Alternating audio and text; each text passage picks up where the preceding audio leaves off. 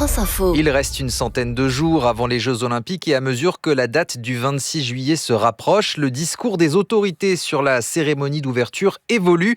Au départ, c'était sur la scène et pas ailleurs. Au fil du temps, c'est devenu sur la scène ou peut-être ailleurs en cas de menace terroriste. Le tout dernier dispositif envisagé, c'est Emmanuel Macron qui le détaille ce matin.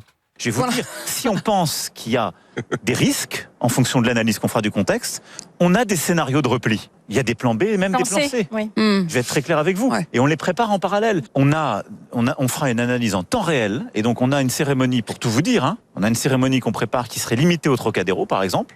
Et donc, on ne ferait pas toute la scène si on se dit, si l'analyse permettait de... S'il faut restreindre le lieu. Exactement. Voire qui rapatrierait dans le Stade de France, justement, la cérémonie, parce que c'est ce qui se fait classiquement. Emmanuel Macron sur BFM TV. Depuis, un conseiller du président de la République a apporté une précision. Le scénario du Stade de France est une hypothèse non instruite pour l'instant.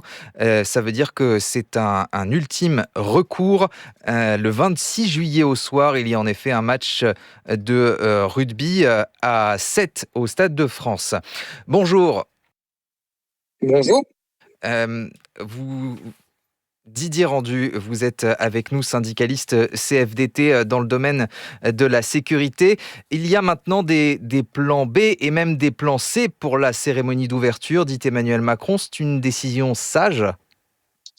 Alors, c'est une décision qui, en tout état de cause, prend en compte un contexte de menaces, et notamment de menaces terroristes, qui est réel.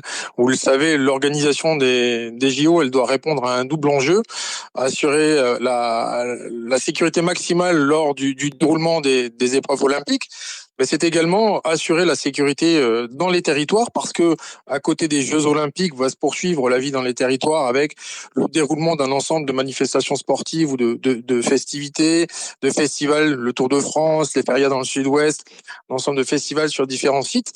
Et là aussi, on aura besoin de forces de sécurité. Donc, bien évidemment, les forces de sécurité répondront présent. Elles répondent déjà bien évidemment présent à 100%, mais elles seront mobilisées au maximum de leurs possibilités sur l'ensemble de la période des Jeux Olympiques et Paralympiques, justement pour assurer ce niveau de sécurité attendu. Mais il y a un niveau de menace qu'on ne peut pas occulter, qu'il faut prendre en compte. Vous l'avez rappelé dans vos actualités, il y a aujourd'hui une importation du conflit israélo-palestinien où on a constaté depuis les attentats du Hamas du 7 octobre dernier.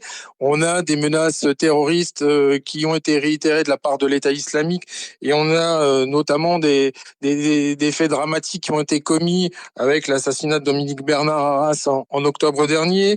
On a eu cette attaque au couteau encore la semaine dernière à Bordeaux.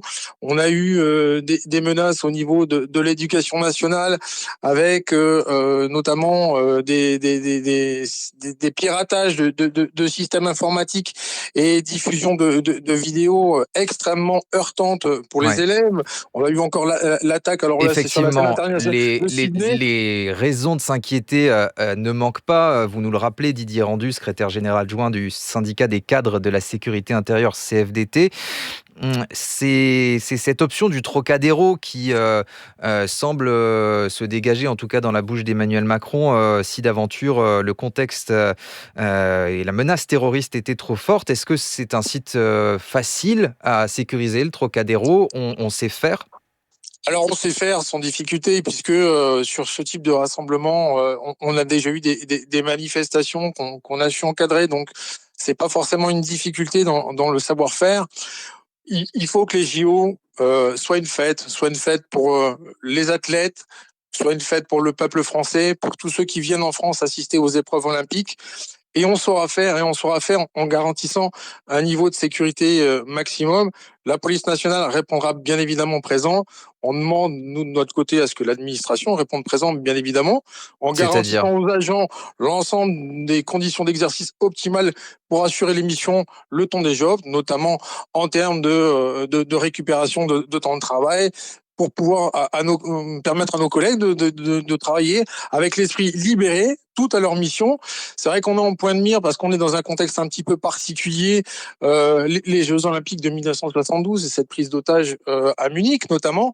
Rappelez-vous, et évidemment avec un contexte terroriste tel qu'on le connaît aujourd'hui, cette menace-là, il faut l'évaluer de manière constante et l'ensemble des services de renseignement travaillent au quotidien sur l'évaluation de cette menace. Il y a un plan A avec un scénario défini avec une cérémonie d'ouverture qui est prévue sur la scène, mais on ne s'interdit pas de réfléchir à un plan B en fonction de l'évolution de la menace. Cette menace, elle est évaluée jour après jour et en fonction effectivement des risques. Le président l'a rappelé, le risque zéro n'existe pas. On adaptera le processus, le dispositif de sécurité et pourquoi pas le site qui devra accueillir la cérémonie d'ouverture des Jeux Olympiques. Mais vous, Didier Rendu, ça vous rassure qu'on ne soit plus, que les autorités ne soient plus arc-boutées sur une cérémonie d'ouverture sur la scène? Alors très sincèrement, je n'étais pas particulièrement inquiet parce que, et le président l'a dit, en matière de sécurité, on sait faire, on a la technicité, on a l'expertise, on a les agents aguerris pour ce type de mission, quelles que soient les spécialités. La difficulté, c'était sans doute sur un dispositif novateur, puisque une cérémonie à ciel ouvert, ça ne s'est jamais fait. Donc effectivement, c'est quelque chose de nouveau. Il faut essayer d'envisager tous les cas de figure, toutes les configurations. Vous avez bien conscience que sécuriser un cortège qui défile sur la Seine, c'est sécuriser de nombreux kilomètres en amont et en aval sur la Seine. Donc c'est beaucoup de travail. Des points hauts, c'est énormément on de travail. comprend bien. Mais et c'est du travail Didier qui Rendu, démarre en amont des Jeux Olympiques. Didier Rendu, jusqu'à quand on pourra changer de braquet? À partir de quel moment ce sera trop tard?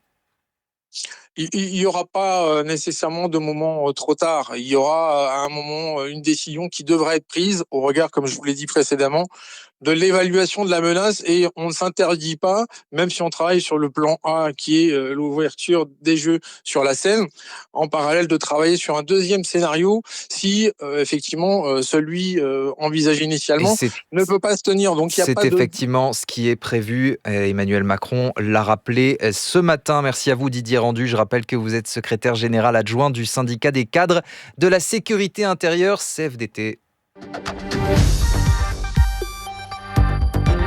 France Info, 10h midi, Marc Potvin.